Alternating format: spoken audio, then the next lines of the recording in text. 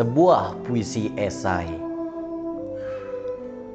Bukit itu menangis menimbun satu keluarga, oleh Denny J.A.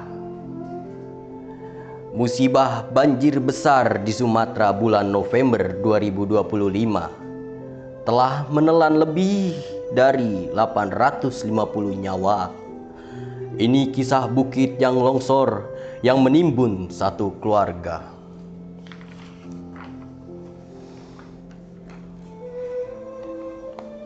Aku adalah bukit yang sangat tua, jauh lebih tua dari riwayat semua keluarga yang pernah berteduh di bawah kakiku.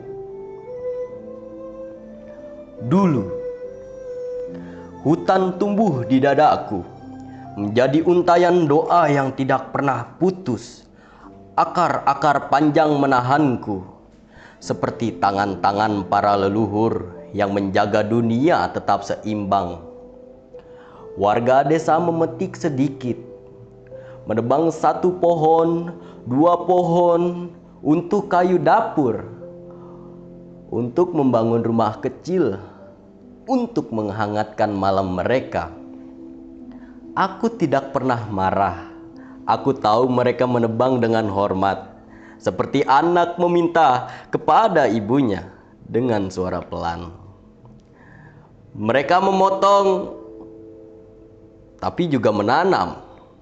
Mereka mengambil, tapi juga merawat. Aku tetap merasa dicintai.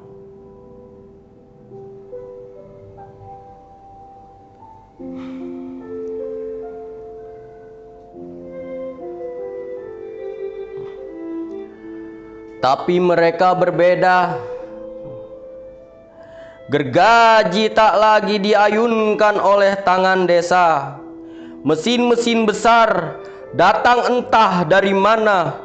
Suara logamnya dingin tanpa nurani. Perusahaan-perusahaan itu naik ke punggungku, menjadi pasukan yang lapar, menggunduli rambut hijauku, menelanjangiku sampai ke tulang. Setiap pohon yang tumbang menjadi angka dalam laporan laba, menjadi jembatan menuju rekening mereka, bukan menuju kehidupan. Akar-akar penjagaku dicabut, bukan oleh orang yang merawatku, melainkan oleh mereka yang bahkan tak tahu nama desaku. Para pekerja berseragam mengiris tubuhku seperti mengiris kue ulang tahun. Namun tak ada doa, tak ada permisi, tak ada terima kasih. Mereka datang untuk menumpuk uang, bukan untuk menumbuhkan hutan. Dan ketika setengah tubuhku botak dan kerontang, mereka pergi, meninggalkan aku berdiri sendirian di hadapan badai yang semakin ganas.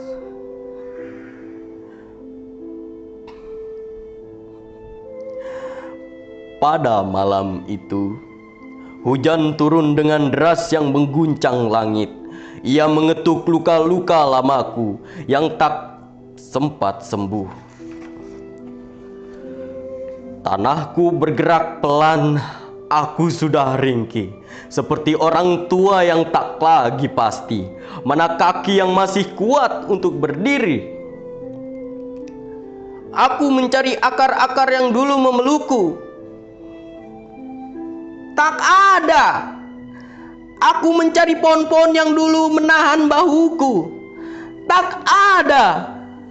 Aku mencari suara burung yang dulu mengingatkanku pada kehidupan. Tak ada. Yang tersisa hanya ruang kosong, luka industri yang baunya membuat bumi sendiri gamang. Tubuhku pun menyerah, patah, runtuh, pecah. Bukan karena aku ingin, tapi karena aku tak lagi sanggup. Di bawah tubuhku, sebuah mobil putih kecil berhenti hanya untuk beristirahat. Di dalamnya ada keluarga sedang menutup hari panjang dengan tawa kecil yang lembut. Gadis itu sempat memungut daun berbentuk hati dari pohon terakhir yang masih tersisa. Aku melihatnya. Aku merasakan kehangatan kecil itu seperti kenangan yang hampir punah. Aku ingin melindungi mereka seperti dulu aku melindungi desa-desa kecil yang tumbuh bersama akar-akar hatiku. Tapi ketika tubuhku mulai bergeser, aku tak lagi punya penyangga. Tanah kehilangan kesabarannya. Gravitasi menarik air mataku. Dalam satu hentakan yang membuat langit tercekat, aku menutup mereka dengan rasa bersalah yang tak terucapkan. 6 nama kembali ke sunyi, dan aku, bukit tua yang dulu ramah, menjadi kuburan tanpa sengaja.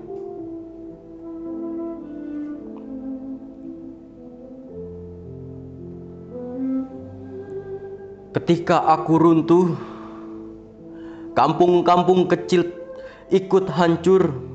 Sungai meluap, membuat amarah yang lama disembunyikan. Jembatan patah karena janji yang tak pernah ditepati. Rumah-rumah terbalik menjadi hidup yang dikocok oleh tangan raksasa.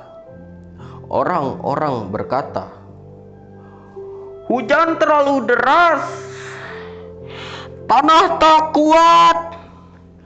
Ini musibah. Tidak, ini bukan musibah. Ini cermin raksasa. Bukan hanya hujan yang turun malam itu, tetapi kontrak-kontrak bisnis yang dulu ditandatangani tergesa, jatuh satu persatu dari langit sebagai batu dan batang mati. Di balik setiap meter tanah yang melorot, ada tangan-tangan yang menjelma longsor. Ada stempel yang berubah menjadi arus banjir, menelan nama-nama di kartu keluarga.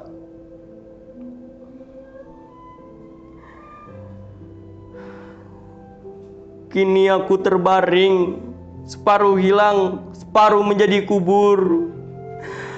Namun yang paling hilang bukan lahanku, melainkan keyakinanku bahwa manusia masih mampu membedakan kebutuhan dari keserakahan.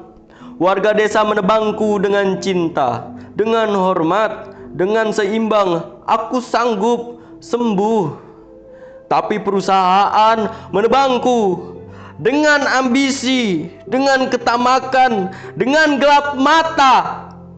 Aku tidak pernah bisa pulih. Di kota jauh, di ruang rapat ber-AC, di sebuah perusahaan metropolitan, angka-angka laba tumbuh di layar seperti hutan palsu.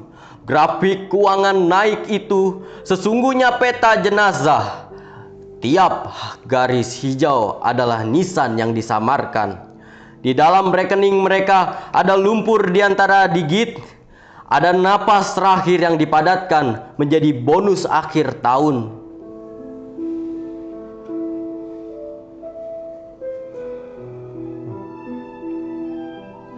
Belajarlah bahwa pohon bukan hanya kayu, ia saudaramu sendiri, tulang dunia.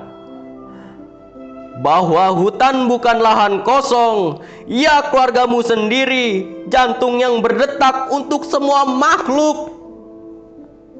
Jika manusia tak belajar, peta dunia pelan-pelan akan berubah warna. Hijau menjadi daftar duka, coklat menjadi arsip jenazah yang tak sempat dimakamkan. Di langit, awan akan menyalin diri, menjadi fotokopi surat protes yang tak pernah kalian baca, turun sebagai hujan yang menghapus alamat rumah dari setiap kartu keluarga.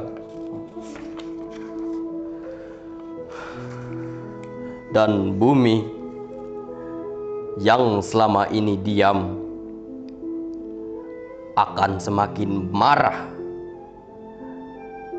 karena ia ibu kandung yang kalian khianati. Paris, 6 Desember 2025. Catatan, satu keluarga tewas tertimbun bukit yang longsor.